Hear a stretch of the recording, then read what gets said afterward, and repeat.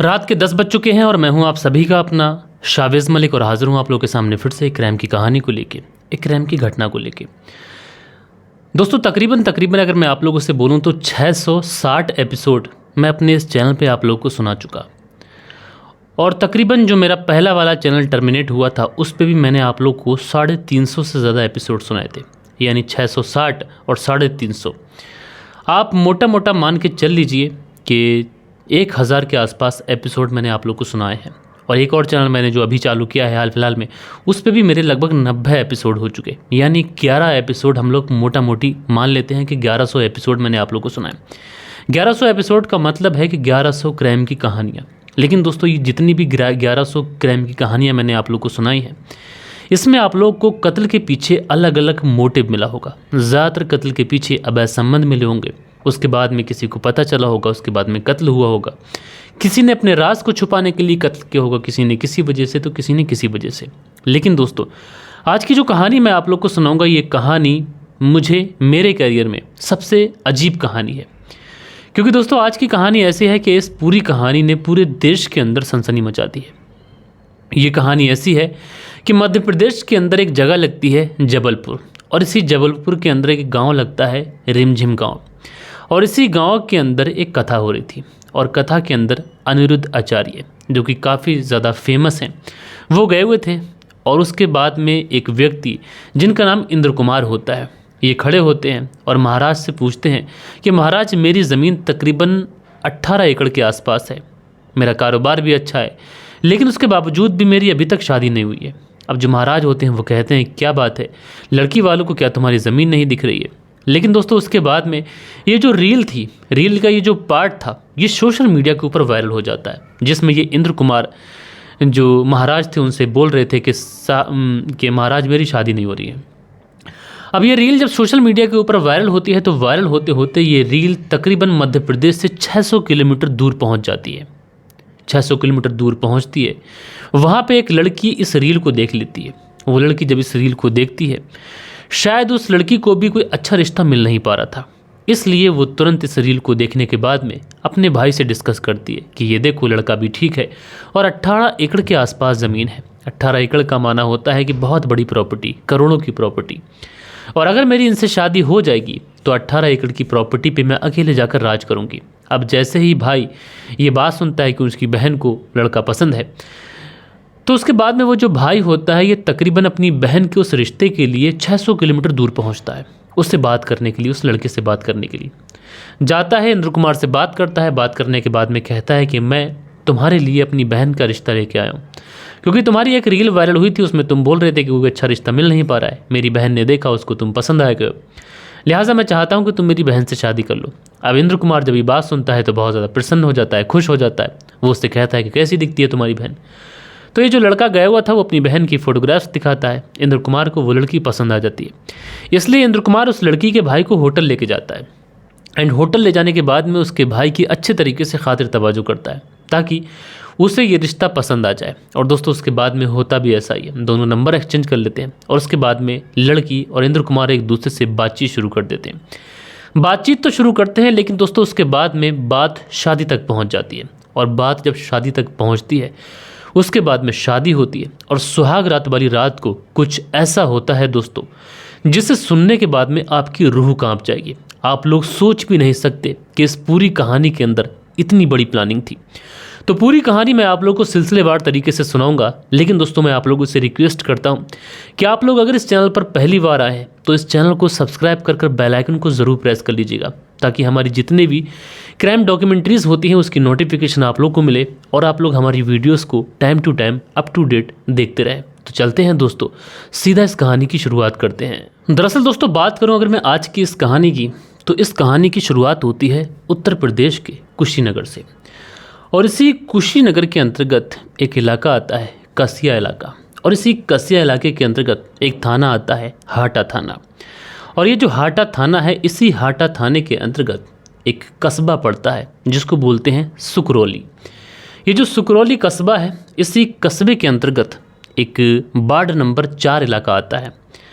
और इसी ward number 4 इलाके के अंतर्गत एक जगह पड़ती है मझला नादर।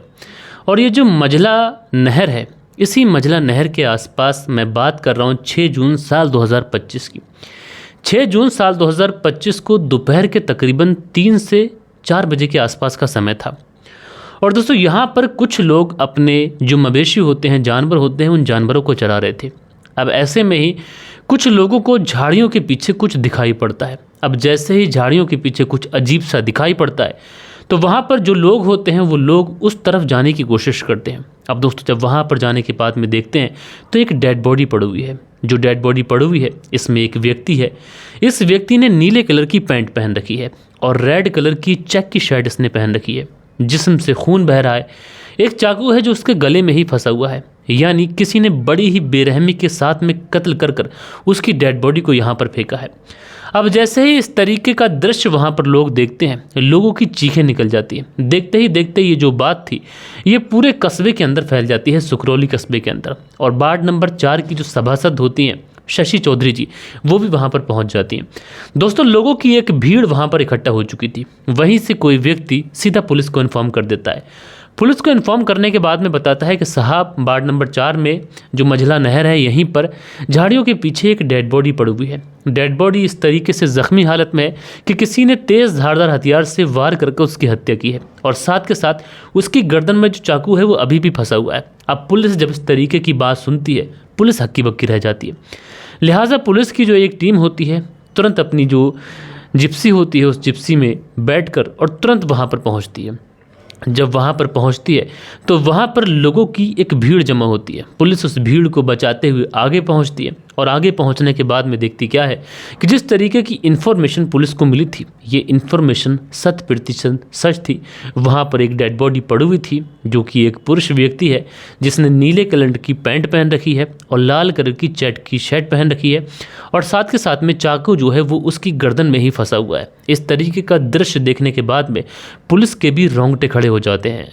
दोस्तों उसके बाद में पुलिस सबसे पहले उस डेड बॉडी को अपनी कस्टडी में लेती है। डेड बॉडी को कस्टडी में लेने के बाद में जो फॉरेंसिक की टीम थी ये पूरे घटनास्थल की बहुत ही बारीकी के साथ में जांच करती है। पुलिस सबसे पहले जितने भी लोग वहाँ पर मौजूद थे उन सबसे ये पूछने की कोशिश करती है कि तुम में से कोई ऐसा है जो इस व्यक्ति को पहचानता है। लेकिन दोस्तों वहाँ पर जितने भी लोग थे वो कहते हैं कि साहब हमने पहले इस व्यक्ति को यहाँ पर कभी नहीं देखा। यानी बात साफ थी कि ये व्यक्ति इस कस्बा का तो था नहीं। उसके बाद में पुलिस फिर भी इस कस्बा के अंदर सूचना भिजवाती है कि किसी के घर से कोई व्यक्ति, कोई पुरुष जो कि गुमशुदा हो, कहीं काम से गया हो, अभी तक घर ना लौटा हो, इसकी अगर किसी के पास में भी कोई भी इन्फॉर्मेशन हो तुरंत पुलिस को आकर बताए। उसके बाद में पुलिस आस पड़ोस के थानों से भी इस तरीके की सूचना मांगती है कि कहीं पर किसी भी प्रकार की कोई गुमशुदगी की रिपोर्ट लिखाई गई थी या फिर नहीं लिखाई गई थी।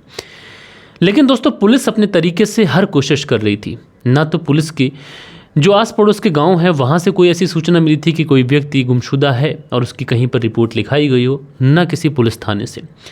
लेकिन दोस्तों पुलिस के पास में सबसे पहले तो पुलिस को ये लग रहा था कि ये कत्ल का मामला है और कत्ल के मामले में आस पड़ोस का कोई व्यक्ति होगा, परिवार वाले आएंगे, डेड बॉडी को क्लेम करेंगे, उसके बाद में हम कत्ल के मोटिव तक पहुंचेंगे और मोटिव तक जब पहुंच जाएंगे तो कातिल को पकड़ लेंगे।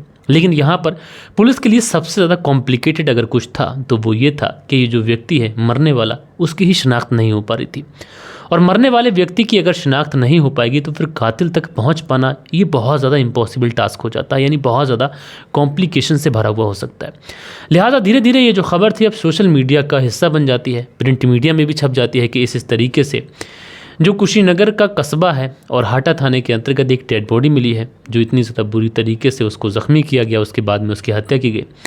इस तरीके के जो सवाल थे ये लगातार पुलिस के जहन में थे कि आखिरकार ये मरने वाला व्यक्ति कौन है। लेकिन दोस्तों पुलिस के पास में किसी भी सवाल का कोई जवाब नहीं था।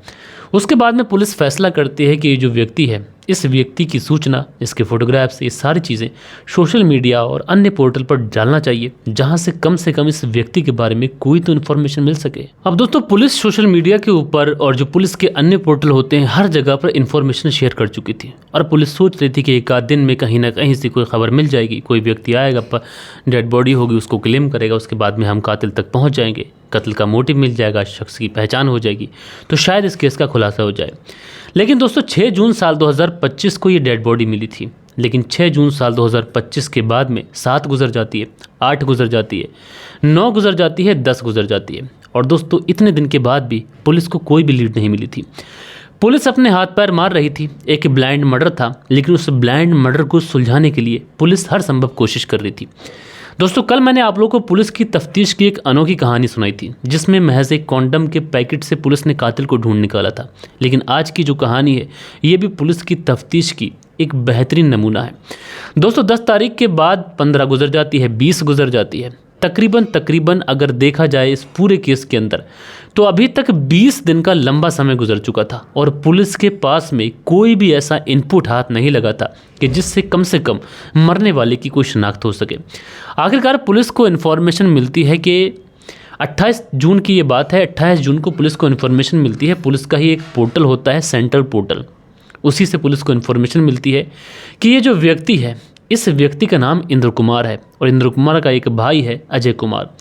और इसी अजय कुमार ने अपने भाई की गुमशुदगी की रिपोर्ट लिखाई है 8 जून साल 2025 को।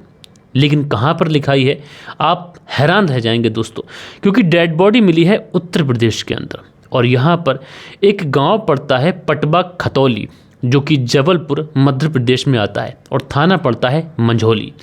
और इसी मंझौली के अंदर कर इस 8 जून साल 2025 को ये एफआईआर दर्ज कराई गई थी। बताया गया था कि उसका जो भाई है इंद्र कुमार, वो गुमशुदा है।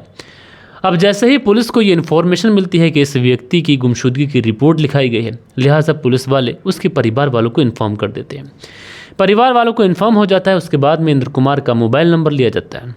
इंद्र कुमार का मोबाइल नंबर लेने के बाद में अब इस इंद्र कुमार के मोबाइल की कॉल डिटेल्स निकाली जाती हैं। अब दोस्तों, इंद्र कुमार के मोबाइल की जब कॉल डिटेल्स निकाली जाती हैं, सीडीआर निकाला जाता है, तो ये जो पूरा केस था, ये पूरा केस पानी की तरह साफ होता चला जाता है। दरअसल पुलिस को इस पूरे मामले में जो लीड मिलती है, इसमें पुलिस को 3 नाम मिलते हैं और यही 3 नाम इस पूरे ब्लाइंड मर्डर का खुलासा करने वाले थे। जो 3 नाम पुलिस को मिले थे, इसमें एक नाम था साहिबा बानो उर्फ खुशी को तिवारी। जो साहिबा बानो उर्फ खुशी तिवारी थी, इसके अलावा 2 नाम और मिले थे। एक था शमशुद्दीन अंसारी, जो कि गोरखपुर का रहने वाला था। साहिबा बानो उर्फ खुशी तिवारी, ये भी गोरखपुर की रहने वाली थी। एक नाम और मिला था कौशल कुमार, जो कि देवरिया ज़िले का रहने वाला था। जब इन तीनों के नाम पुलिस को मिलते हैं, लिहाजा पुलिस वाले अब इन तीनों को उठा लेते हैं। उठाने के बाद में इन तीनों से पूछताछ करते हैं। तो दोस्तों, शुरुआत में ये तीनों पुलिस को भरपूर घुमाने की कोशिश करते हैं, लेकिन जब पुलिस, जो कि पुलिस के पास में प्रॉपर सबूत था, पुलिस के पास में पूरी इन्फॉर्मेशन थी, उसके बाद में पुलिस वाले इन तीनों के ऊपर सख्ती दिखाते हैं। और दोस्तों, जब इन तीनों की मेहमान नवाजी की जाती है, तो ये तीनों एक कहानी बताते हैं। और ये जो कहानी बताते हैं दोस्तों, इस कहानी को सुनकर आप लोग अपनी दांतों तले उंगलियां दबा लेंगे, क्योंकि जिस तरीके की प्लानिंग इन्होंने की थी, शायद ही आप लोगों ने इस तरीके की प्लानिंग पहले कभी सुनी हो। दरअसल ये जो साहिबा बानो थी, इसकी मुलाकात कौशल कुमार नाम के व्यक्ति से होती है। दोनों एक दूसरे से प्रेम करने लगते हैं। उसके बाद में जो साहिबा बानो होती है, ये कौशल कुमार के साथ में शादी कर लेती है। शादी होने के बाद में साहिबा बानो अपना नाम बदलती है और अपना नाम रखती है खुशी कुमारी। खुशी कुमारी अब इस कौशल कुमार के साथ में अपनी हंसी खुशी ज़िंदगी बिता रही है और ये कूड़ा घाट गोरखपुर में ही एक किराए का मकान लेकर वहीं पर रहने लग जाते हैं। लेकिन दोस्तों, इसी बीच इसी खुशी कुमारी उर्फ साहिबा बानो की नज़र उस रील पर पड़ती है, जिस रील में जो इंद्र कुमार हैं, वो अनिरुद्ध आचार्य से ये कहते हुए दिखाई पड़ रहे हैं कि महाराज, मेरी 18 एकड़ ज़मीन है, लेकिन अभी तक मेरी शादी नहीं हुई है। उस पर महाराज कहते हैं कि लड़की वालों को क्या तुम्हारी ज़मीन दिखाई नहीं पड़ रही है। अब ऐसे में जब ये खुशी कुमारी 18 एकड़ ज़मीन की बात सुनती है, तो इस बारे में ये अपने पति कौशल कुमार को बताती है। अच्छा, कौशल कुमार जब इस बारे में सुनता है कि 18 एकड़ ज़मीन है और वो शादी करना चाहता है, लिहाजा अब ये जो दोनों पति पत्नी थे, ये एक बड़ी प्लानिंग करते हैं। ये लोग सोचते हैं कि क्यों ना खुशी कुमारी की शादी इस व्यक्ति इंद्र कुमार के साथ में करा दी जाए और उसके बाद में इंद्र कुमार की किसी तरीके से पूरी प्रॉपर्टी हड़प ली जाए। लेकिन सवाल ये था कि आखिरकार इंद्र कुमार की शादी खुशी कुमारी से कैसे कराई जाए, जबकि खुशी कुमारी तो ऑलरेडी शादीशुदा है और प्रॉपर्टी भी हड़पना है। इसलिए जो कौशल कुमार था, ये अपना नाम बदलकर संदीप रखता है और पहुंच जाता है 600 किलोमीटर दूर मध्य प्रदेश के जबलपुर, जहां का रहने वाला ये इंद्र कुमार था। वहां पर पहुंचता है, इंद्र कुमार से मुलाकात करता है। मुलाकात करने के बाद में कहता है कि मेरी एक बहन है खुशी कुमारी, मैंने तुम्हारा वीडियो देखा था और मेरी बहन को भी तुम पसंद हो, इसलिए मैं तुम्हारा रिश्ता अपनी बहन से कराना चाहता हूँ। अब इंद्र कुमार जब ये देखता है, चूँकि उसका रिश्ता तो पहले ही नहीं हो रहा था, और जब उसके पास में एक तरीके से रिश्ता खुद चल कर गया, तो जो इंद्र कुमार होते हैं ये खुश हो जाते हैं। उसके बाद में वो इस संदीप की, यानी संदीप उर्फ कौशल कुमार, इसकी बहुत ज़्यादा खातिर तवज्जो करते हैं। उसके बाद में पूछते हैं कि तुम्हारी बहन कैसी दिखती है, क्या है। तो जो इंद्र कुमार होते हैं वो कौशल कुमार से और उर्फ संदीप से उसका फ़ोटो मांगते हैं। संदीप जो था वो अपनी पत्नी का फ़ोटो दिखाता है, भाई बनकर गया था, कहता है कि ये है, ऐसी दिखती है। अच्छा, जो साहिबा बानो और खुशी कुमार थी ये देखने में तो अच्छी थी, इसलिए इंद्र कुमार को भी ये पहली नज़र में पसंद आ जाती है। उसके बाद में इंद्र कुमार और कौशल कुमार, संदीप उर्फ संदीप, ये दोनों अपना एक दूसरे के साथ में नंबर एक्सचेंज कर लेते हैं। उसके बाद में जो संदीप होता है ये घर वापस आ जाता है। संदीप जो कि नाम बदल कर गया था, इसका नाम कौशल कुमार था। उसके बाद में 27 मई साल 2025 के बाद में इंद्र कुमार और साहिबा बानो उर्फ खुशी कुमारी ये दोनों एक दूसरे से बातचीत शुरू करते हैं। बातचीत में जो खुशी कुमारी उर्फ साहिबा बानो थी ये इंद्र कुमार से नज़दीकियाँ बढ़ाती है। धीरे धीरे ये इंद्र कुमार को अपनी मोहब्बत के जाल में कुछ इस कदर फंसा लेती है कि इंद्र कुमार अब वो सब कुछ करने के लिए तैयार था जो खुशी कुमारी उर्फ साहिबा बानो बोलेगी। इसलिए अब जो खुशी कुमारी उर्फ साहिबा बानो थी ये इंद्र कुमार से कहती है कि तुम अगर शादी करना चाहते हो तो तुम गोरखपुर आ जाओ। अब जो इंद्र कुमार था वो शादी करना तो चाहता था, लेकिन खुशी कुमारी उर्फ साहिबा बानो ने कहा था कि तुम जब शादी करने आओ तो अकेले आना।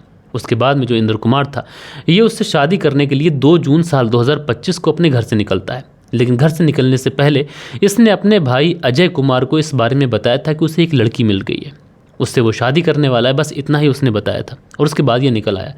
उसके बाद में 2 जून साल 2025 को पहुंचता है, खुशी कुमारी उर्फ साहिबा बानो से मिलता है, साथ के साथ संदीप से भी मिलता है जो उसका भाई बनकर गया था, जो कि था पति। उसके बाद में 3 जून साल 2025 को ये लोग उस एरिया से निकलते हैं और दूसरी जगह पहुंचते हैं। और दूसरी जगह पहुंचने के बाद में ये इंद्र कुमार से एक एग्रीमेंट यानी हलफनामा तैयार कराते हैं। और वो एग्रीमेंट हलफनामा ये था कि इंद्र कुमार को इन फ्यूचर अगर कुछ भी हो जाता है तो उसकी जितनी भी प्रॉपर्टी है वो सारी की सारी प्रॉपर्टी का जो हक है वो खुशी कुमारी उर्फ साहिबा बानो को मिलना चाहिए। अब इंद्र कुमार हंसते हंसते इस पर साइन कर देता है। बाकायदा जो हलफनामा होता है ये हलफनामा तैयार हो जाता है। इनके पास में एक गाड़ी होती है UP 53 6EZ और 6129। उस गाड़ी में बैठते हैं ये लोग। उसमें एक व्यक्ति शमशुद्दीन अंसारी, साथ के साथ ये जो व्यक्ति था जिसका नाम कौशल कुमार उर्फ संदीप, और ये जो इंद्र कुमार होता है, और साथ पे साहिबा बानो उर्फ खुशी कुमार, ये सारे लोग बैठते हैं। बैठने के बाद में ये लोग पहुंच जाते हैं कुशीनगर की एक जगह पड़ती है कासिया, और यहीं पर ये लोग एक होटल के अंदर एक कमरा लेते हैं और होटल के उसी कमरे के अंदर झुटमुट की बाकायदा शादी कराई जाती है। शादी कराई जाती है, बाकायदा सिंदूर मांग में भरा जाता है, सब कुछ होता है रस्मों के मुताबिक, और उसके बाद में सुहागरात की तैयारी की जाती है। लेकिन दोस्तों जो इंद्र कुमार था सुहागरात पे जाने से पहले जो खाना खाता है उसको ये नहीं पता था कि उस खाने के अंदर नशीली दवाई मिलाई गई है। जैसे ही वो उस खाने को खाता है तुरंत उसको नींद आ जाती है। अब जैसे ही उसको नींद आती है तो उसके बाद में ये लोग उस होटल को भी छोड़ते हैं और वहाँ से ये इसी UP 53 EZ 6129 गाड़ी में बैठते हैं और उसके बाद पहुँच जाते हैं सुकरौली इलाके में। और यहीं पर जो जगह पड़ती है वार्ड नंबर 4 वाली, सुकरौली कस्बे के अंतर्गत जो जंगल आता है, उसी जंगल में ये उस डेड बॉडी को फेंकते हैं। लेकिन डेड बॉडी को उस समय तो वो नशे में था, लेकिन उससे पहले चाकुओं से एक नहीं बल्कि अनगिनत वार करते हैं। और उसके बाद में ये लोग उसकी 1,30,000 के आसपास ज्वेलरी थी, मोबाइल था और कुछ सामान था, वो सारा का सारा अपने कब्जे में लेते हैं। और उसके बाद ये तीनों वहाँ से 9-2-11 हो जाते। इन लोगों को लग रहा था कि 600 किलोमीटर दूर का एक व्यक्ति यहाँ पर आया है, पुलिस को ना सबूत मिलेगा तो गुमशुदगी में उसकी जो एक तरीके से लावारसी में उसका अंतिम संस्कार हो जाएगा और ये जो पूरा केस है ऐसे ही दब के रह जाएगा। लेकिन दोस्तों जैसा कल के दिन मैंने आप लोगों को केस सुनाया था, उसमें पुलिस ने एक ब्लाइंड मर्डर का खुलासा किया था महज एक कंडोम के पैकेट से, और यहाँ पर पुलिस ने देखो कितना बेहतरीन काम किया।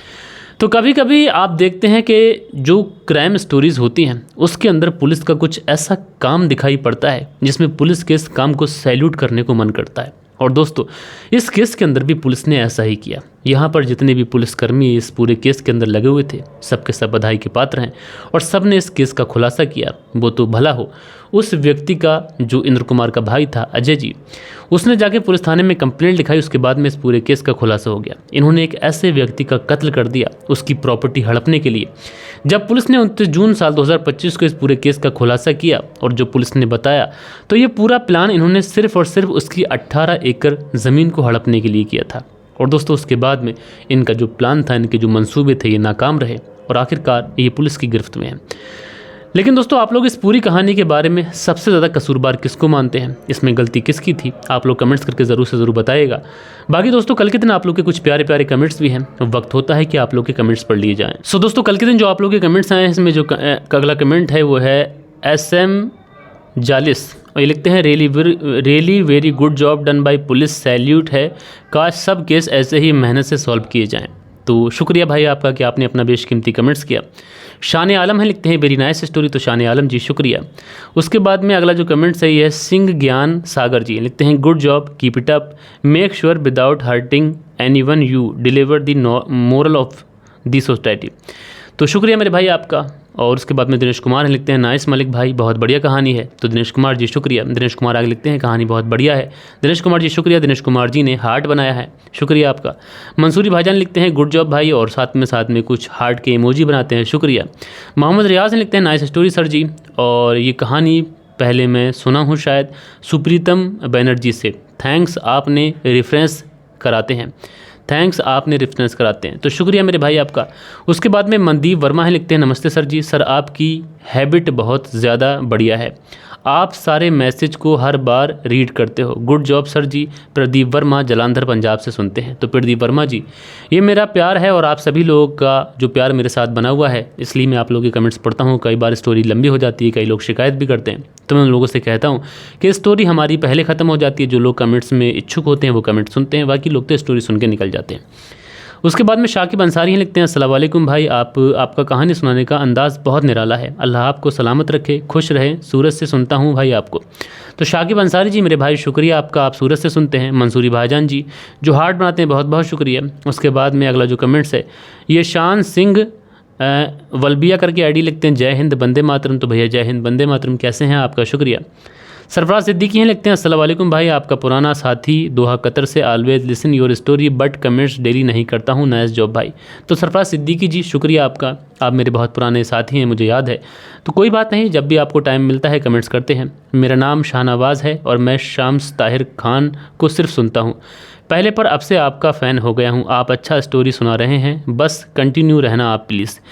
तो राइडर रॉक जी, और इनका नाम शाहनवाज है। तो शाहनवाज जी मैं पिछले आप देखेंगे तो 660 एपिसोड हो गए हैं जब से ही कंटिन्यू हूँ, तो शुक्रिया आपका कि आप मेरे साथ जुड़े। और उसके बाद में शम्स ताहिर खान सर को सुनते हैं आप, तो उसके बाद में आपने मुझे प्रायोरिटी दी, तो मैं आपका बहुत बहुत आभारी रहूँगा। धीरज सिंह है, लिखते हैं राम राम मलिक भैया जी, पुलिस का काम की तारीफ़ करते हैं, भगवान आपको कामयाबी दे। तो धीरज सिंह जी मेरे भाई शुक्रिया। मंसूरी भाईजान लिखते हैं सुपर कहानी है भाई जी, मंसूरी भाईजान जी शुक्रिया। स्माइलिंग व्यूवर हैं, लिखते हैं अस्सलाम वालेकुम भाईजान, कैसे हैं आप, बिग फैन भाईजान, love you bro, all the best. तो भाई शुक्रिया आपका। दिनेश कुमार हैं, लिखते हैं भाई बहुत बढ़िया कहानी है, शुक्रिया भाई। भीम मौर्य हैं, लिखते हैं मलिक भाई प्रयागराज से आपका वीडियो देखता हूँ, ये वीडियो लोगों को बहुत जागरूक कर रही है, जी शुक्रिया आपका। मंसूरी भाईजान जी सेलिब्रेशन का हार्ट इमोजी बनाते हैं, शुक्रिया। दिनेश कुमार हैं, लिखते हैं my wife also like your story. तो दिनेश कुमार जी आपकी वाइफ दीप जो हमारी बहन है उनका भी बहुत शुक्रिया। उसके बाद में अगला जो कमेंट है यह है अमिस क्रिस्टियन करके आईडी, लिखते हैं police work is very good. तो शुक्रिया भाई आपका। खेमराज भाटी हैं, लिखते हैं वेरी गुड स्टोरी सर जी, मैं खेमराज गुज्जर जिट्टी GB नगर UP 16 से सुनता हूँ, बहुत बहुत शुक्रिया भाई। बालिश बिहारी हैं, लिखते हैं मलिक साहब जी नमस्कार सर जी, कहानी पहले सुन चुका हूँ, जैसे आपने बताया कि एक कंडोम के पैकेट से राज खुला, लेकिन कैसे खुला आप बताए नहीं, लेकिन पहले कैसे राज खुला मैं सुना हूँ जी, थैंक्स सर जी। तो बालिश बिहारी जी मैंने बताया था ना पूरी उसमें डिटेल में, वो कॉन्डम के पैकेट को लेकर अलग अलग मेडिकल शॉप पे गए, वहाँ पर पता चला कि इस कंपनी के कॉन्डम के पैकेट यहाँ पर बिकते ही नहीं हैं। कहाँ बिकते हैं, तो पता चला कि दिल्ली NCR में बिकते हैं और पश्चिमी UP में बिकते हैं। जब पश्चिमी दिल्ली NCR का डाटा खंगाला तो वहाँ का कोई भी नंबर इस जगह पर एक्टिव नहीं था, तो पश्चिमी UP के 4 नंबर ऐसे थे जो इस जगह पर एक्टिव थे, इसलिए पुलिस उन तक पहुँची। उसके बाद में सुरेश कुमार हैं, दुबई से कहानी सुनते हैं। माजिद अंसारी जी कहानी सुनते हैं। और नसीर अहमद लिखते हैं अस्सलाम वालेकुम शावेद भाई, और इंशाअल्लाह नेक्स्ट मंथ होगी मुलाकात ऑनलाइन। जी नसीर अहमद जी शुक्रिया आपका। उसके बाद में खुबैब खान है, लिखते हैं अस्सलाम वालेकुम भाई। तो खुबैब खान जी शुक्रिया आपका भाई। छत्तीसगढ़ रायपुर खुड मुंडा हत्याकांड पर सुनाना, जी मैं कोशिश करूँगा। राजकिशोर चौरसिया लिखते हैं, राजकिशोर चौरसिया महाबलेश्वर महाराज से कहानी सुनते हैं। इदरीस खान मुंबई से सुनते हैं। राजकिशोर चौरसिया महाबलेश्वर महाराज से कहानी सुनते हैं। शाबिज भाई बुरा हाल हो गया है समाज का, जी शरियन शर्मा जी शुक्रिया आपका। लाइव फैक्ट है, लिखते हैं नंबर से ये तो पता लगता कि कौन सा नंबर इस स्कूल में कितनी देर था। तो लाइव फैक्ट जी स्कूल की प्रॉपर लोकेशन नहीं मिलती है कि इस स्कूल के अंदर कौन सा नंबर एक्टिव था, लगातार एक्टिव था, बल्कि उस पूरे एरिया के अंदर जो एक्टिव नंबर निकाले गए थे वो 200 के आसपास नंबर थे।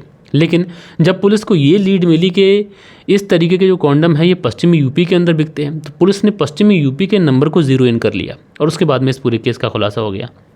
सुनील त्यागी लिखते हैं क्या ज़माना आ गया है, रेणु सुनील त्यागी शाहजहां बुलंदशहर से सुनते हैं। उसके बाद में अंकुर यशपाल हैं, लिखते हैं ये मुस्लिम की कहानी है, झूठ नाम बदल कर बता रहा है। नहीं भाई, जो कहानी मैंने बताई है वही सच होती है, आप इसमें ये सारी चीज़ें क्यों बोलते हैं। बख्शी साहब हैं, वो कमेंट्स करते हैं, शुक्रिया। सो दोस्तों, ये कुछ प्यारे प्यारे कमेंट्स थे जो कल के दिन आप लोगों ने सुनाए थे, आप लोगों ने किए थे। आशा करता हूँ कि जो आज की कहानी है ये आप लोग को ज़रूर से ज़रूर पसंद आई होगी। कहानी पसंद आई हो तो एक लाइक करिएगा, दोस्तों और मित्रों के साथ में ज़रूर शेयर करिएगा। बाकी दोस्तों, मिलते हैं कल के दिन किसी और स्टोरी के साथ में। जब तक के लिए अपना ख्याल रखें, देश का ख्याल रखें, परिवार के रिश्तों की अहमियत को समझें। जय हिंद, जय भारत।